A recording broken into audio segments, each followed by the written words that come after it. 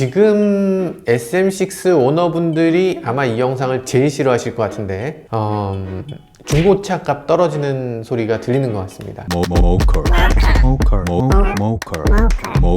네, 안녕하세요. 모카 김한영입니다. 정말 따끈따끈한 정보입니다. 바로 몇 시간 전에 르노 삼성 자동차에서 새로운 동영상을 공개했거든요. 같이 보시죠.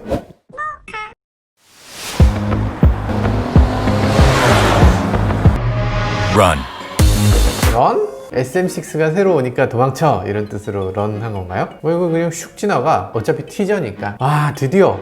드디어 리어램프가 바뀌었습니다. 리어램프가 BMW 7 시리즈처럼 바뀌었어. 뭔가 딱 7 시리즈가 연상되지 않습니까? 나만 그래? 그리고 램프 자체도 원래 좀 침침했어요. 그래서 낮에는 잘 안 보였어, 램프가. 근데 지금 이게 대낮인데도 이렇게 선명하게 보인다고?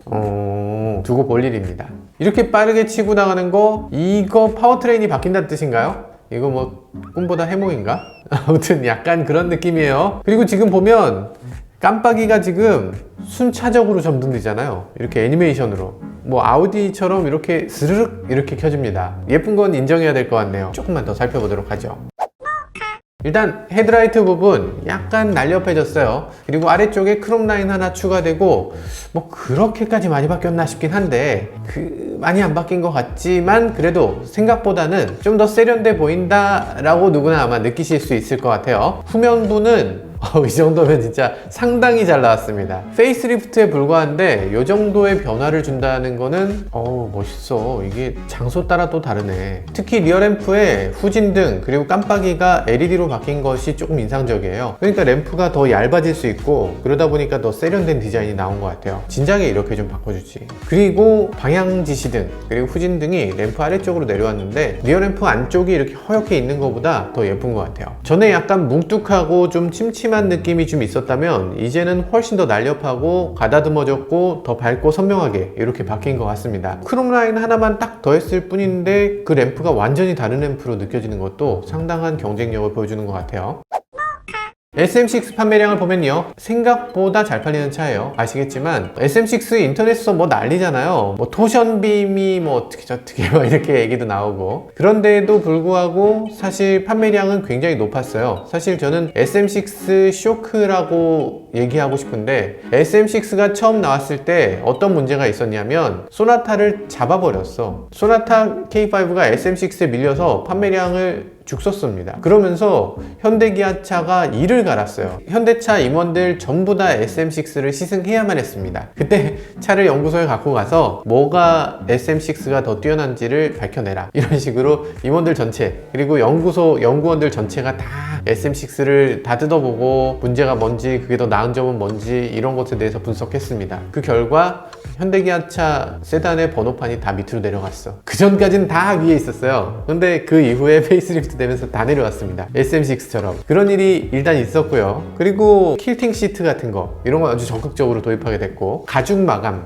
굉장히 적극적으로 하게 됐고, 그리고 요즘 보면 중형차에 다 헤드업 디스플레이 들어가잖아요. 그때까지만 해도 중형차에 헤드업 디스플레이 들어있는 거 SM6 한 종밖에 없었어요. 나머지 아무것도 없었어. 이 계기판도 디지털 디스플레이가 사실 SM6가 가장 먼저였죠. 그리고 앰비언트 라이트, 그리고 드라이브 모드에 따라서 앰비언트 라이트가 바뀌는 거, 스포츠 모드일 때 사이드 서포트를 이렇게 조여주는 거, 이런 것들을 SM6가 가장 먼저 했죠. 그래서 그때 SM6 쇼크가 있고 현대기아차가 굉장히 많이 각성하는 계기가 됐어요. 그래서 저는 경쟁이 정말 중요하다고 생각합니다. 근데 이상하게 많이 얻어맞았어요. SM6만큼 많이 얻어맞은 차는 없을 것 같습니다. 아니, 그렇게까지 얻어맞는 차가 없잖아. 자, 어쨌든 그런 일이 있었고요. 그래서 첫 해에는 58,000대, 거의 6만 대 팔았는데 르노 삼성이 이렇게 파는 건 정말 말도 안 되죠. 엄청나게 많이 팔렸어요. 그리고 소나타 판매량을 앞질렀던 건 한 7개월 정도 앞질렀으니까 어마어마한 겁니다. 그래서 2017년에 4만 대, 2018년에는 24,800대, 뭐 이런 식으로 쭉쭉 내려와서요. 그러면서 작년에는 16,000대 수준으로 크게 떨어졌죠. 올해도 아마 페이스리프트가 아니라면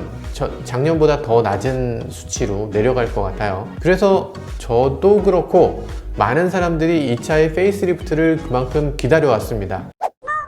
SM6 처음부터 워낙 디자인이 잘 나왔어요. 그래서 이 디자인 버리고 딴 데로 가자, 이렇게 하면은 오히려 좀 아쉬웠을 것 같아요. 이걸 조금 더 살리는 거, 이게 바람직하죠. 그리고 페이스리프트 원래 이 정도 변화가 정상이에요. 일반적입니다. 요즘 현대기아차가 페이스리프트를 그냥 풀체인지처럼 막 해서 그렇지 페이스리프트라는 단어에 적합한 정도의 변화인 것 같습니다. 그래서 와 이번 페이스리프트 완전히 떡상인가 이랬는데 뭔가 좀 떠오르는 게 있지 않습니까? SM6가 대체 왜 안 팔렸나? 그리고 뭐에 그렇게 집중적으로 공격을 받았나? 그 결정적인 이유가 있었잖아요. 서스펜션. SM6 하면 토션빔. 네, 이렇게 됐었잖아요. 그러면서 AM-링크 얘기 나오고 그렇게 욕먹던 AM-링크 드디어 빠진다고 합니다. 와 드디어 빠진다. 와 세상에. AM-링크 왜 넣은 거예요 도대체? 그러면 이제 토션빔 아닌 거예요? 하시는 분들 계실 텐데 토션빔입니다. 그런데 토션빔이라고 해서 무조건 나쁜 건 아니라고 여러 번 말씀드렸죠. 지금 토션빔이 무조건 나쁘다 그러면 굉장히 나빠야 되는 차들이 엄청 많아요. XM3도 있죠. 셀토스도 2륜구동은 다 토션빔을 사용하고 있고 트레일블레이저도 토션빔을 사용하고 있고 아니 그거는 소형 SUV고요. 이거는 중형차니까 토션빔 안 맞죠. 그쪽은 SUV잖아. SUV의 토션빔도 괜찮은데 중형차라고 토션빔 쓰면 안 된다라고 하기는 조금 애매하지 않나? 토션빔 자체에 대해서 욕하기는 조금 애매한 게 르노가 다 토션빔이에요. 르노는 토션빔이 아닌 차가 없어요. 토션빔에 대해서 그렇게까지 나쁘게 얘기할 건 아닌 것 같긴 해요. 그런데 그럼 이전 SM6가 승차감이 좋았냐? 그러면 아닙니다. 승차감 나빴어요. 승차감 나빴고요. 저도 한 6개월 탔는데 느꼈던 거는 앞바퀴 서스펜션은 너무 부드러워서 다 풀려버리는 게 아쉬웠고 뒤쪽 서스펜션은 스트로크가 너무 짧은 게 아쉬웠어요. 더 들어갔다 나왔다 할 수 있는 이 폭이 더 있어야 되는데 그게 너무 작지 않았나, 그게 아쉬운 점이었습니다. 그런데 어쨌든 앞뒤 서스펜션이 어떤 식으로 바뀌었을지 이건 타보기 전엔 절대 모르는 거니까요. 그냥 토션빔이니까 에이 이렇게 할 건 아닌 것 같고 제가 타보고 서스펜션이 쓰레기군요 이렇게 딱 얘기를 해드리든가 아니면 서스펜션이 전하고 전혀 다르네요 라고 말씀을 드리든가 이 둘 중에 하나를 반드시 정확히 객관적으로 평가해 드리도록 하겠습니다. 독자분들 좀 모셔갖고 블라인드 테스트도 할 수 있으면 좋겠다. 눈 가리고 뒷좌석에 앉혀서 이 차는 소나타인가요? K5인가요? 아니면 SM6인가요? 그러면 댓글 그러려면 구독과 좋아요 해주시면 네, 파워트레인에도 변화가 생겼습니다. 2.0L 자연흡기 엔진 그리고 1.6L 터보 엔진 두 가지가 있었잖아요. 근데 이번에 엔진이 바뀌어요. 1.3L 터보가 들어갑니다. 1.3 야씨 지금 1.3이면 이거 경차보다 조금 나은 거 아니야? 이거 갖고 무슨 차를 굴린다고 해? 라고 얘기하실 텐데 사실 1.3L가 더 비쌉니다. GM 같은 경우엔 중형차 엔진을 두 가지로 가져갔었거든요. 2.0L와 1.4L 터보 이런 식으로 가져간 적이 있었어요. 그러면 1.4L 터보가 무조건 더 비싼 차였습니다. 그래서 이 배기량을 줄이고 출력을 더 높이는 방향, 그게 좀 더 고급 이런 이미지가 미국 차에는 있어요. 유럽에도 당연히 그런 게 있고요. 우리나라는 이상하게 배기량 절대 수치가 높은 차가 더 비싼 차 아니냐 이런 생각이 있어서 조금 그런 차를 내놓으면 혼란을 좀 겪게 되는 것 같아요. 쉐보레 말리부 같은 경우에 1.35L를 내놨었죠. 근데 1.35L는 그 굉장히 반응이 그렇게 좋진 못했습니다. 이 차 1.3L 괜찮을까 싶은 걱정도 좀 드네요. 근데 XM3를 우리가 타봤잖아요. XM3에 1.3L 엔진 들어간 거 보면 굉장히 괜찮아요. 막 쭉쭉 치고 나가는 느낌이 확실히 있습니다. 그때 152마력으로 나왔었는데 이번에는 중형 세단에 걸맞게 여기서 스펙을 좀 더 끌어올려서 160마력이라고 해요. 160마력이면 괜찮잖아. 소나타 2.0보다 더 센 거야. 그리고 토크도 더 세니까 잘 나갈 것 같아요. 기존의 2.0L 자연흡기 엔진 150마력이었는데 그거보다 출력도 더 높고 연비도 더 좋을 것으로 예상됩니다. 뭐 어쨌든 기대되는 파워트레인이네요. 파워트레인이 하나는 아니고요. 그거보다 조금 더 센 파워트레인도 있습니다. 1.8L 터보인데요. 1.8L 터보는요 225마력을 낸다고요. 잠깐만 225마력 괜찮은데? 225마력이면 괜찮잖아. 소나타 K5는 지금 1.6 터보 그러니까 센슈어스라고 하는 거 아니면 K5 GT 이게 다 180마력이거든요 225마력 오 이거 괜찮아요. 1.8L 터보네 무조건. 이거 선택의 여지가 없는데. 그래서 아까 그 차가 슝 지나가는 영상을 이렇게 올리신 거구나. 소나타 지나간 거 소나타 운전하고 있는데 옆에서 슝. 네, 2.0L LPG 모델은 유지된다고 하는데요. 택시들은 무조건 2.0을 써야 되기 때문에 택시 모델을 위해서 이렇게 나온 것 같고요. 디젤 모델은 이번에는 사라진다고 합니다. 디젤 인기가 많이 줄었으니까. 실내에도 큰 변화가 생겼습니다. 여기 실내에 나온 거 잘 보면요, 계기판이 완전 멋있게 바뀌었어요. 기존의 계기판은 디지털 디스플레이인데 잘 활용하지 못했어. 아무런 정보도 안 들어가는 디지털이었어요. 그게 너무 아쉬웠죠.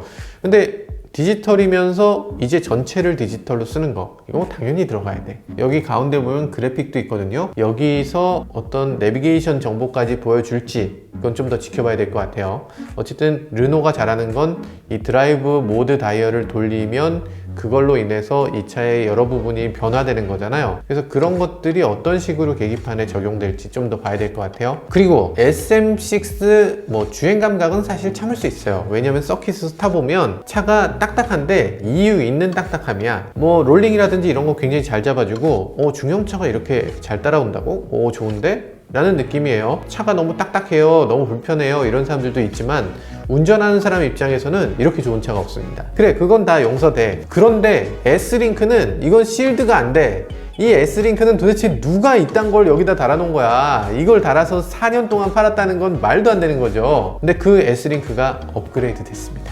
S링크라는 말도 어찌나 저주스러웠는지 이름부터 없애버렸어.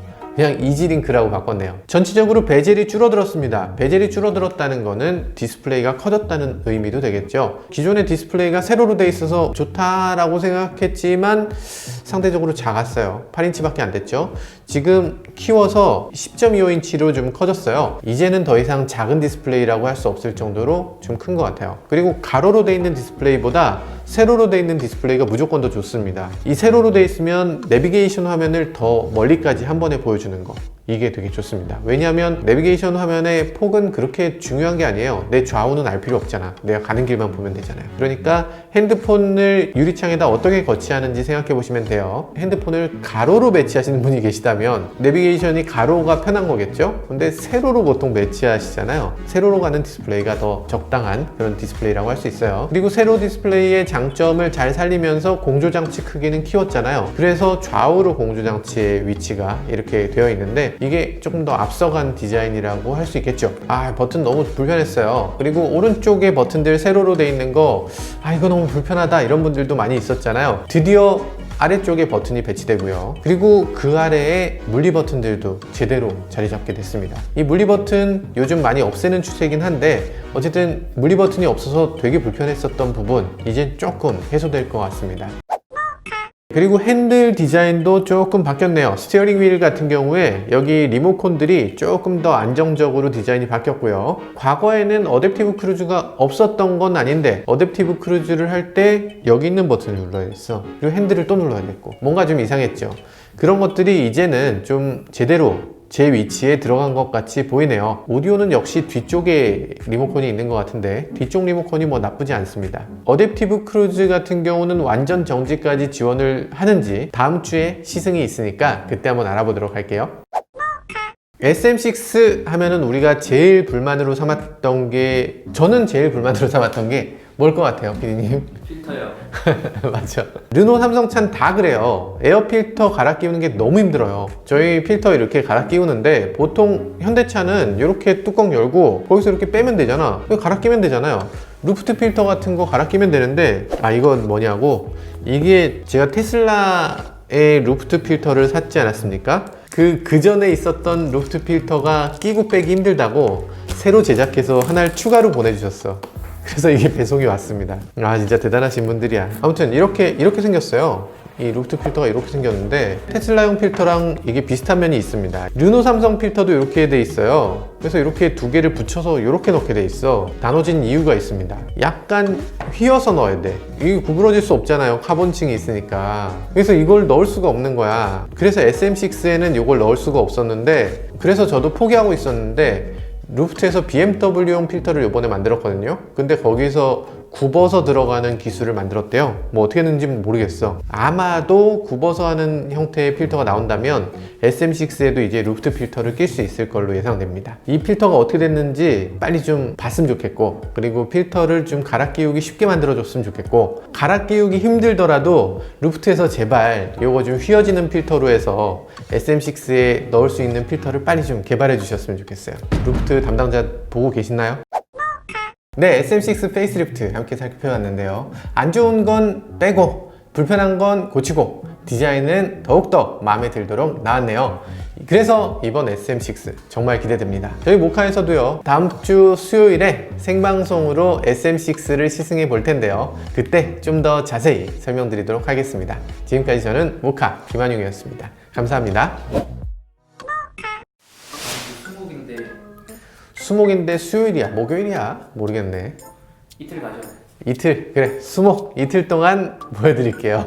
이 터치의 품질을 얼마나 높였을지 이게 되게 관건입니다. 그리고 S링크는 기본적으로 느렸어. S링크 저 어렸을 때 쓰던 전자사전 같은 전자사전 수준의 프로세서가 들어있었어. 아, 너무 느렸었는데, 아, 요번엔 좀 괜찮아졌겠지?